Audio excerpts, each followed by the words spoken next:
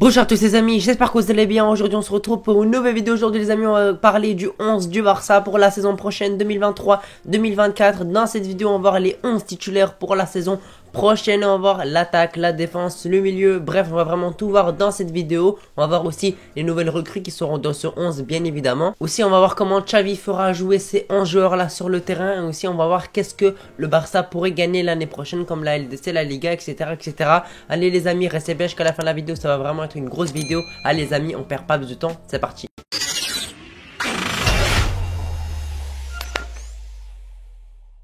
Les amis, je vais donner mon 11 qui sera bien évidemment réaliste, mais aussi, vous aussi, n'hésitez pas à me donner le vôtre parce que voilà, moi j'ai fait des choix. N'hésitez pas à faire des choix aussi dans les commentaires. Alors les amis, pour commencer le dispositif, comment le Barça avait-il joué? Moi, je mets plutôt un 4-3-3, mais on va mettre plutôt un ailier, plutôt en faux ailier, vous allez comprendre, avec une nouvelle recrue. Vous allez deviner, ne peut pas jouer en tant que vrai ailier droit. Donc les amis, ce 11 va simplement se jouer en 4-3-3 avec 4 défenseurs, 3 milieux et 3 attaquants avec un vrai buteur, bien évidemment, un vrai numéro 9 parce qu'on n'en peut plus, voilà, des faux 9, etc.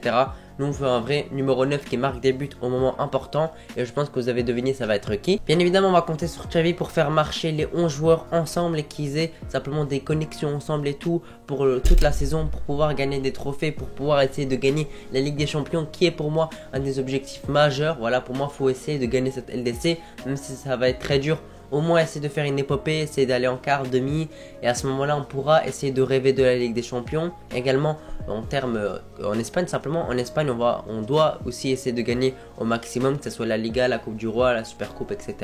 Au moins, il faut essayer de gagner un maximum en Espagne également dans l'autre pays. Et aussi, Laporta a une certaine responsabilité parce que c'est lui qui va recruter les joueurs avec des conseils de Xavi, avec des conseils de Alemany, etc.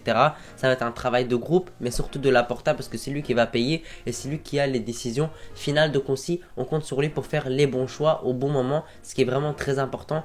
Il faut vraiment faire un vrai mercato pour pouvoir être vraiment solide pour la saison prochaine. Maintenant les amis, on va commencer par le gardien comme d'habitude. Alors les amis, Marc-André ter Stegen devrait être le gardien surtout pour la saison prochaine bien évidemment. Il a eu 31 ans le jour où je tourne la vidéo, donc joyeux anniversaire à lui. Ter Stegen sort une très grosse saison 2022-2023. On espère qu'il va continuer comme ça. Il était dans une mauvaise passe ces dernières années, mais là il revient au plus haut niveau. Il enchaîne les clean sheets. Il est très important durant les grands matchs. Il fait des arrêts très décisifs. Donc Ter Stegen, il n'y a pas de souci par rapport à ça. Ter Stegen, je place ma confiance en lui pour la saison prochaine. Et pour moi, on ne doit pas faire de recrutement à ce poste-là. Ter Stegen restera pour moi bel et bien le numéro 1 au Barça. Et j'espère que ça va continuer comme ça. Maintenant les amis, on va passer à la défense, la charnière centrale. Je vais parler des deux d'un coup les amis. On va parler de Araujo et de Christensen. Les deux ont sorti une très grosse saison la saison passée. Les deux ont été vraiment énormes. Araujo, surtout pour moi, est meilleur que Christensen, mais les deux se complètent très très bien. Araujo, on va commencer par parler de Araujo, de la première, du premier match de la saison au dernier qui va bientôt se jouer. Pour moi, il a été excellent partout, que ce soit en Europe, mais également simplement en Espagne, que ce soit en Coupe du Roi, en Liga, etc. Il n'a jamais déçu selon moi, même dans les grandes confrontations. Donc pour moi, Araujo, c'est vraiment le futur, mais également le présent. Pour moi, c'est le futur capitaine du FC Barcelone. Et il faut vraiment placer tous nos espoirs sur lui parce que c'est vraiment un jeune, mais on a vraiment la mentalité, on va dire, d'un joueur d'expérience qui joue déjà depuis très longtemps. Il a le physique, il a la technique, il a l'intelligence. En plus, il peut également marquer de temps en temps. Il a un très bon jeu de tête. Donc Araujo, pour moi, c'est vraiment le futur, mais également le présent. Et Christensen, pour moi, c'est une grosse surprise parce que moi, j'étais pas très optimiste quant à sa venue. Franchement, moi, je vais être honnête. Moi, je me disais, voilà, il est gratuit, donc on va pas le refuser. Mais voilà, Chelsea n'était pas incroyable. On voyait que c'était pas un joueur qui avait pas beaucoup de confiance en soi. Mais là, franchement, cette saison-là, il a sorti une très grosse saison. Malheureusement, il a eu quelques blessures qui nous ont peut-être coûté cher parce que au moment où on avait besoin de lui, malheureusement, à des moments, il n'a pas été là. Mais sinon, Christensen a montré qu'il a un très gros niveau. Pour moi, c'est le meilleur défenseur danois actuellement, un des meilleurs défenseurs du monde, un des meilleurs défenseurs du Barça également. Moi, je le place deuxième, légèrement derrière Araujo. En plus, les deux sont assez complémentaires selon moi. Christensen Christensen, c'est moins le physique, c'est plus calme, on va dire. Il joue plus calmement, il est plus technique également. Il a une meilleure intelligence de jeu. Donc franchement, cette charnière-là se complète vraiment très très bien. Et moi, j'ai vraiment hâte de la voir encore la saison prochaine. Et je pense vraiment qu'elle pourra faire des ravages, j'en doute pas. Les deux gardent vraiment un âge pas très haut. Araujo a une vingtaine d'années. Pareil pour Christensen, il me semble qu'il a 27 ans actuellement. Donc en plus, cette charnière-là peut être là pendant encore très longtemps.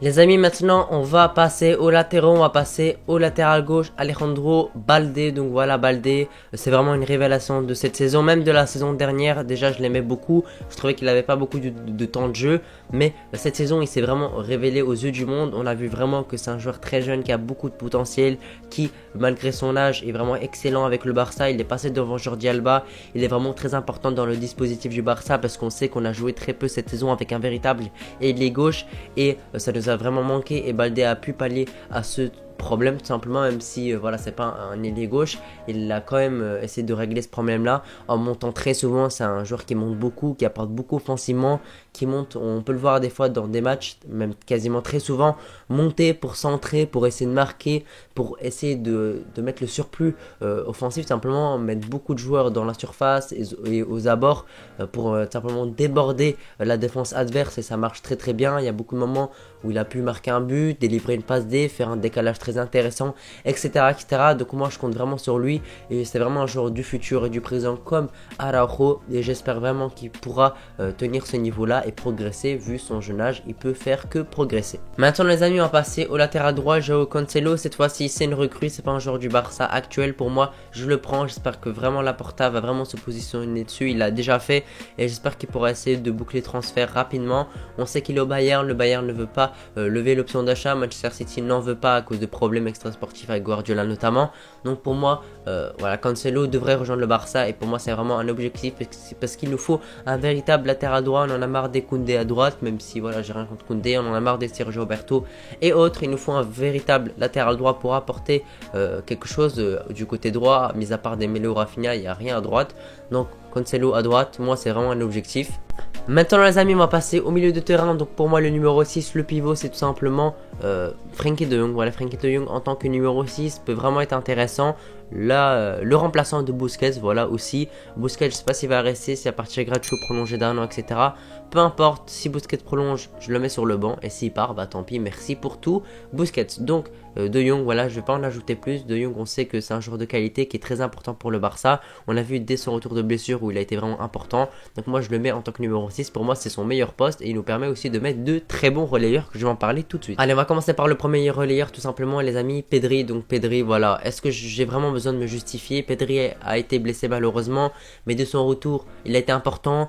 Avant qu'il se blesse, il a été important, il est important dans toutes les compétitions, dans le jeu, il est vraiment excellent, donc j'ai vraiment pas envie d'en ajouter plus. Pedri, c'est vraiment un joueur de fou, un joueur exceptionnel, on a vraiment une grande chance de l'avoir dans le club, il faut vraiment en profiter au maximum et titulaire indiscutable, bien évidemment. Maintenant les amis, on va passer au troisième et dernier milieu de terrain, tout simplement Gundogan, voilà, Gundogan gratuit, voilà, déjà, il va quitter Manchester City gratuitement, c'est fait, voilà, son transfert est fait. Gundogan sera un joueur du Barça pour la saison prochaine. Gundogan, on a vu, même s'il vieillit un peu à Manchester City, il reste un joueur important, il a 32 ans, mais il garde un très haut niveau, un joueur de très très haut niveau, il a joué la LDC, il a joué avec l'Allemagne, etc. Voilà, donc moi je vais pas m'en justifier encore plus. Voilà, Gundogan pour compléter ce milieu-là, franchement ce milieu-là, Frenkie, Pedri et Gundogan me fait vraiment rêver. Maintenant les amis, on va passer tout simplement à l'attaque, donc allez, on va commencer par le côté gauche, Dembélé, voilà, Ousmane Dembélé à gauche, je mets Dembélé à gauche, vous allez comprendre pourquoi, même si Dembélé joue la plupart du temps à droite, moi je le mets à gauche. Vous allez comprendre. Donc Dembélé, on sait qu'il est gaucher et droitier en même temps, il est ambidextre, donc il n'y a pas de souci par rapport à ça, il peut jouer des deux côtés. Dembélé, joueur très important de cette saison, il a été victime d'une blessure de 3 mois, mais malgré ça, il a vraiment été un joueur très important de cette saison. Il a fait son retour contre le Betis Séville et j'espère qu'il pourra terminer correctement cette saison et pourquoi pas essayer de marquer des buts ou délivrer des passes D. Maintenant les amis, à droite, Lionel Messi. Pour moi, c'est vraiment la recrue qu'il faut faire absolument. Le retour de Messi, j'en rêve, j'y pense tout le temps. Pour moi, c'est vraiment un objectif de vie quasiment. Donc Lionel Messi devrait rejoindre le Barça.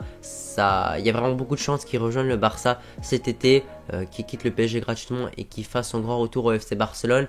Messi, vous pouvez le voir, je vais vous l'afficher. Messi, je le mets pas en véritable ailier, je le mets en ailier droit, mais faux ailier et plus dans l'axe. Donc on n'aura pas un véritable ailier droit. On aura Messi à droite, mais il sera pas véritablement à droite. Mais on aura quand même Cancelo pour simplement avoir un minimum d'équilibre sur le côté droit. Et le retour de Messi est vraiment très important pour moi et il le faut absolument. Maintenant les amis, on va passer au dernier joueur. Voilà, Lewandowski. Lewandowski a sorti une très belle saison. Il est à plus de 20 buts cette saison, quasiment 30 si je dis pas de bêtises, ou bien il a dépassé les 30 buts cette saison, toutes compétitions confondues. Sa première saison est assez bonne, j'espère qu'il fera mieux. J'espère qu'il fera mieux la saison prochaine, qu'il pourra être décisif dans les grands matchs de LDC par exemple, parce qu'il m'a assez déçu. Mais sinon moi j'ai vraiment ma confiance en lui, on sait que c'est un très grand joueur, donc il n'y aura pas de soucis par rapport à ça. Il sera encore mieux entouré, donc là il n'aura pas d'excuses la saison prochaine. Voilà les amis, j'espère que vous appréciez cette vidéo. Si vous l'avez apprécié, n'oubliez pas de me le faire savoir par un pouce bleu ou par un abonnement. Nous on se retrouve pour une prochaine. N'hésitez pas à me donner votre 11 dans les commentaires, votre dispositif, etc. Bref, moi je lis tous les commentaires comme d'habitude, donc les amis n'hésitez pas. Allez les amis, on va se retrouver pour une prochaine vidéo. Je vous souhaite une très bonne journée. Allez les amis, ciao.